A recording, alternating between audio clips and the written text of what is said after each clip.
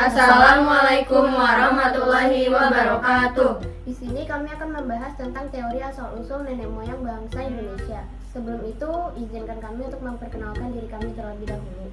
Perkenalkan, nama saya Diandra Salsabila. Nama saya Zalin Raturahmi. Saya Naura Prapna Habibila. Saya Fatimah Nadifah. Saya Naura Sabna Kara Syahrial. Kami dari kelompok 3. Ayo. Kalian tahu nggak sih ada apa aja teori tentang asal-usul nenek moyang bahasa Indonesia? Apa aja tuh? Jadi kita akan membahas teori pertama, yaitu teori Yunan. Teori Yunan adalah teori yang mengungkapkan asal-usul nenek moyang Indonesia berasal dari wilayah Tiongkok, tepatnya di daerah Yunan. Nenek moyang bangsa Indonesia dipercaya telah meninggalkan wilayah Yunan di sekitar hulu Sungai Salwen dan Sungai Mekong dengan memiliki tanah yang subur. Diperkirakan karena bencana alam dan serangan suku bangsa lain, maka mereka mulai bergerak untuk pindah.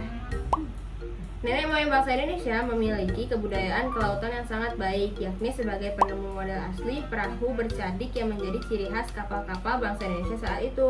Penduduk Australanesia yang masih termasuk dalam wilayah kepulauan Nusantara ini kemudian menetap dan akhirnya disebut bangsa Melayu Indonesia.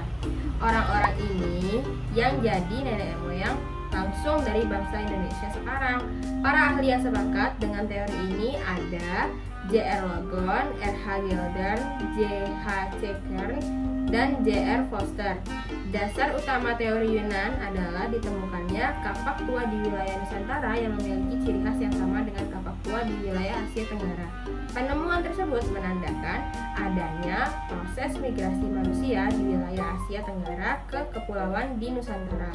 Adanya migrasi manusia juga disebabkan karena faktor terdesak oleh bangsa yang lebih kuat. Berdasarkan peristiwa tersebut, teori Yunan menandakan ada 3 gelombang kedatangan tersebut, antara lain Proto-Melayu, Deutero-Melayu, dan Melanosoid.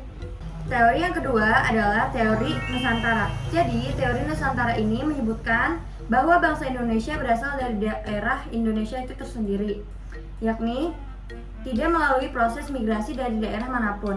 Teori Nusantara ini didukung oleh para ahli, antara lain Goris Keraf, J. Crawford, Sultan Takdir, dan Muhammad Yamin.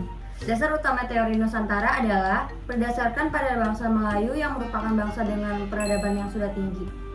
Anggapan tersebut didasari oleh hipotesis bahwa bangsa Melayu telah melewati proses perkembangan budaya sebelumnya di wilayahnya. Jadi kesimpulannya, bangsa Melayu asli di Nusantara yang akhirnya tumbuh dan berkembang dan sendirinya tanpa adanya perpindahan ke wilayah tersebut. Teori Nusantara juga didukung dengan penemuan adanya kesamaan bahasa Melayu dengan bahasa Kamboja karena sebuah kebetulan. Kemudian, penemuan Homo soloensis dan Homo wajakensis di Pulau Jawa menjadi penanda bahwa keturunan bangsa Melayu memiliki kompetensi berasal dari Jawa. Berdasarkan perbedaan bahasa, hal tersebut terjadi karena bahasa bangsa Australanesia mengalami perkembangan di daerah Nusantara tersebut dengan bahasa yang telah berkembang di wilayah Asia Tengah, yaitu bahasa Indo-Eropa. Teori yang ketiga adalah teori Out of Africa. Teori ini mengungkapkan bahwa asal-usul nenek moyang bangsa Indonesia berasal dari Afrika. Anggapan ini berdasarkan pada kajian ilmu genetika lewat penelitian DNA mitokondria gen perempuan dan gen lelaki. Mereka kemudian bermigrasi dari Afrika hingga ke wilayah Australia yang sudah mendekati wilayah Nusantara. Teori ini kemudian mengungkapkan bahwa bangsa Afrika bermigrasi atau melakukan perpindahan menuju Asia Barat sekitar 50.000 sampai 70.000 tahun yang lalu. Pada sekitar tahun itu, bumi sedang memasuki akhir dari zaman glasial, yaitu ketika permukaan air laut menjadi lebih dangkal karena air masih berbentuk blaster.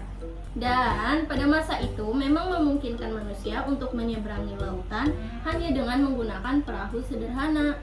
Perpindahan bangsa Afrika ke Asia kemudian terpecah menjadi beberapa kelompok. Ada kelompok yang tinggal sementara di bagian wilayah Timur Tengah atau Asia Barat Daya, dan ada kelompok lain yang bermigrasi dengan menyusuri pantai semenanjung Arab menuju India, Asia Timur, Australia, termasuk Indonesia.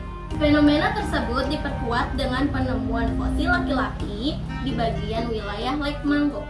Selain itu, ada 2 jalur yang diperkirakan menjadi wilayah yang ditempuh oleh bangsa Afrika di masa itu, yakni jalur untuk menuju lembah Sungai Nil. Wilayah tersebut melintasi semenanjung Sinai, kemudian ke bagian utara melewati Arab Leban, dan jalur yang juga melewati Laut Merah.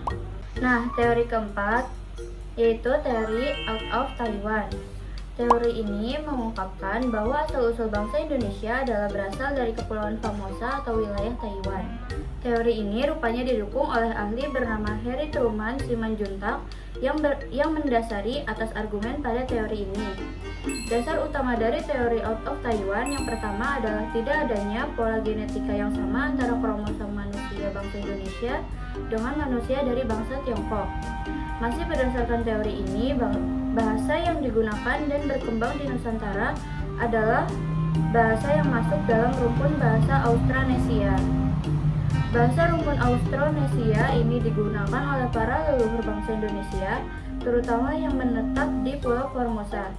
Jadi, dari segi bahasa, sudah jelas bahwa orang-orang Nusantara mengadopsi budaya Austronesia dan mengembangkannya hingga menjadi bangsa Indonesia seperti saat ini.